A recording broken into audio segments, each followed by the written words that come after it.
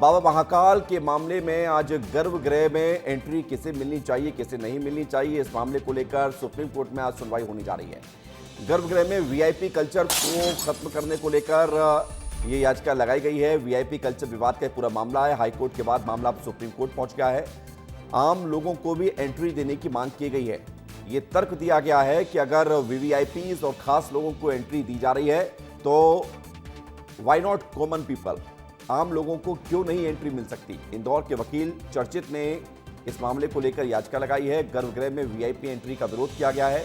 आम लोगों को एंट्री देने की मांग की गई। 4 जुलाई 2023 से गर्भगृह में प्रवेश बंद है और गर्भगृह में पुजारियों को छोड़कर कोई भी बाहरी व्यक्ति एंट्री नहीं कर सकता है। लेकिन इसके बावजूद भी देखने में ये आ रहा है कि कई मर्तबा ऐसी तस्वीरें सामने आती हैं जहां पर खास तौर से पॉलिटिशियन गर्भगृह में जाते हैं, पूजा करते हैं। तो फिर ये सवाल याचिका के माध्यम से पूछा गया है कि अगर वीआईपी और नेताओं को प्रवेश मिल सकता है तो फिर आम लोगों को भी प्रवेश की इजाज़त मिलनी चाहिए।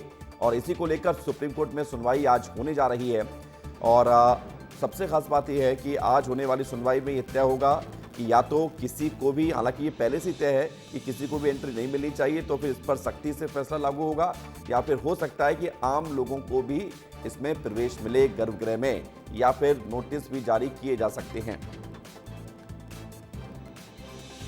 जिन महाकाल मंदिर प्रशासन जो लगातार आम जनता के साथ भेदभाव कर रहा है, उसके संबंध में हमने माननीय सर्वोच्च न्यायालय में याचिका दायर की है।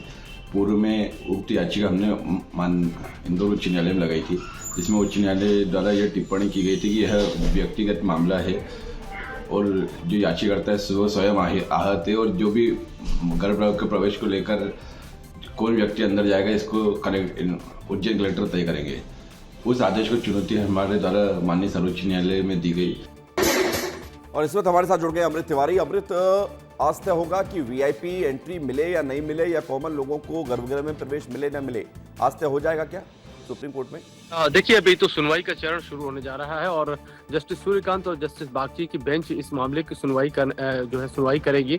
दरअसल मामला वहां से बिगड़ता है जब 2023 में सावन के महीने में ज्यादा भीड़ आती है और उसके बाद से मंदिर प्रशासन जो है यह तय करता है कि गर्भगृह में जो है वो सभी की एंट्री नहीं होगी, आम एंट्री बंद की जाती है। लेकिन जो वीआईपी एंट्री का जो एक तरह से कहा जाए कि जो शुरुआत थी वो सबसे बड़ी विवाद की जड़ रही। बहुत सारे नेता और बहुत सारे जो सेलिब्रिटीज थे वो गर्भगृह में ध्यान लगाते हुए, पूजा करते हुए दिखाई दिए। इससे कहीं ना कहीं जो है असंतोष फैला। और दूसरी बात यह है कि कहीं से भी इसको ये चैलेंज किया गया है कि कॉन्स्टिट्यूशनली अगर कोई भी धार्मिक स्थल हो या किसी भी तरह का स्थल, वहां भेदभाव नहीं होना चाहिए। इस कृत्य को भेदभाव से जोड़ के देखा गया है कि एक आम आदमी जो है वो दर्शन नहीं कर पा रहा है और दूसरा वीआईपी दर्शन करने पहुंच रहा है, तो कहीं ना कहीं नागरिक अधिकारों की यहाँ पे जो है वो सुरक्षा तय नहीं हो पा रही है। और इसी चीज को लेकर के सुप्रीम कोर्ट में जो है याचिका दाखिल की गई है और इस पे जो है अब सुनवाई जो है शुरू होगी। देखना होगा कि सुप्रीम कोर्ट इस मसले को लेकर के क्या रुख अपनाता है, क्योंकि यहाँ से न सिर्फ महाकालेश्वर मंदिर की बात हो जाइए, अगर सुप्रीम कोर्ट इस पे कोई अहम टिप्पणी या फैसला करता है